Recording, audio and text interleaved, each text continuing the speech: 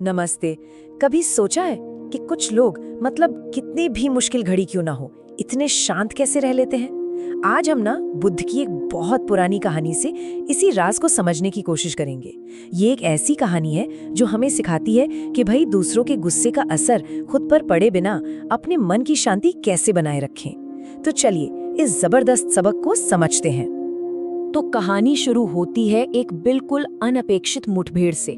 देखिए, एक तरफ तो है बुद्ध जो अपनी शांति और स्थिरता के लिए जाने जाते हैं, और दूसरी तरफ है एक आदमी जो सचमुच गुस्से से आग बबूला हो रहा है। और जब ये दो बिल्कुल अलग दुनियाएं टकराती है ना, तो जो होता है वो हमें इंसानी भावनाओं के बारे में एक बहुत ही गहरा सबक सिखा जाता है।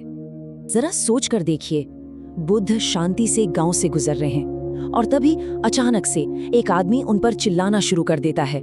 उसकी आवाज में सिर्फ गुस्सा और कड़वाहट भरी है। माहौल एकदम से तनाव भरा हो जाता है।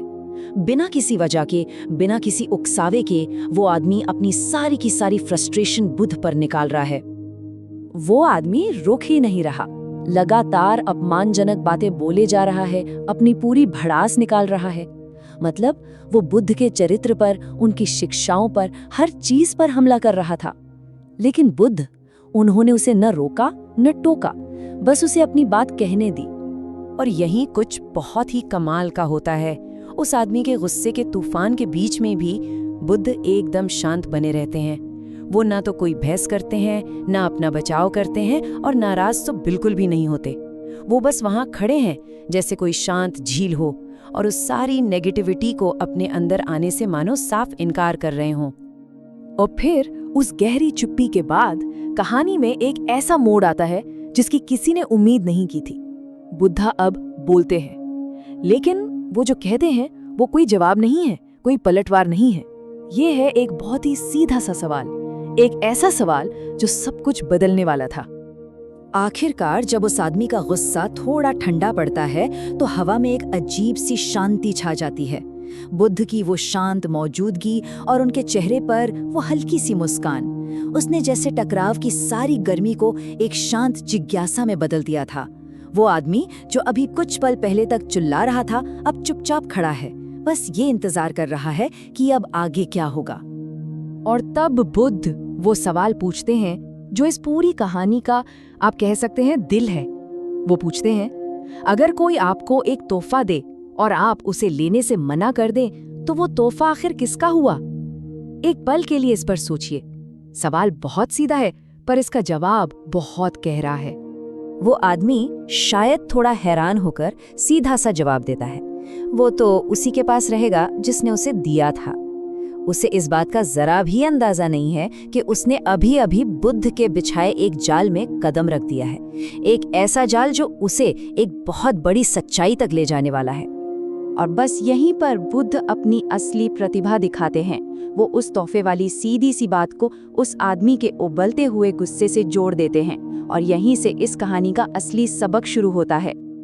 ये कितना जबरदस्त विचार है ना, कि गुस्सा एक तोहफे की तरह है। जब कोई हम पर अपना गुस्सा निकालता है तो वो असल में हमें एक नेगेटिव एनर्जी का गिफ्ट दे रहा होता है, और हमारे पास ये चुनने की पूरी ताकत है कि हम उस तोहफे को स्वीकार करें या ना करें। और अगर हम उसे लेने से मना कर देते हैं तो वो उसी के पास वापस चला जाता है जिसने उसे भेजा था। बुद्ध ने उस आदमी को यही समझाया। उन्होंने कहा, मैं तुम्हारे गुस्से के इस तोहफे को लेने से साफ इनकार करता हूँ। बस इस एक वाक्य से बुद्ध ने खुद को उस पूरे बोझ से आजाद कर लिया। अब वो गुस्सा उस आदमी की समस्या थी, बुद्ध की नहीं। उस पल में उस आदमी को सब कुछ साफ साफ समझ आ गया। उसे यह एहसास हुआ कि उसका सारा गुस्सा, उसकी सारी नफरत बुद्ध तक तो कभी पहुंची ही नहीं। वो तो बस हवा में ही मुक्के चला रहा था, और इस पूरी प्रक्रिया में सिर्फ और सिर्फ खुद को ही थका रहा था। उसकी नेगेटिविटी एक जहर की तरह थी जिसे वो खुद ही पी रहा था। तो इस सदियों पुरानी कहानी से हम अपनी आज की जिंदगी के लिए क्या सीख सकते हैं? चलिए अब इसके प्रैक्टिकल पहलू पर ध्यान देते हैं। ये एक बात शांति के बारे में हमारी पूरी सोच को ही बदल देती है।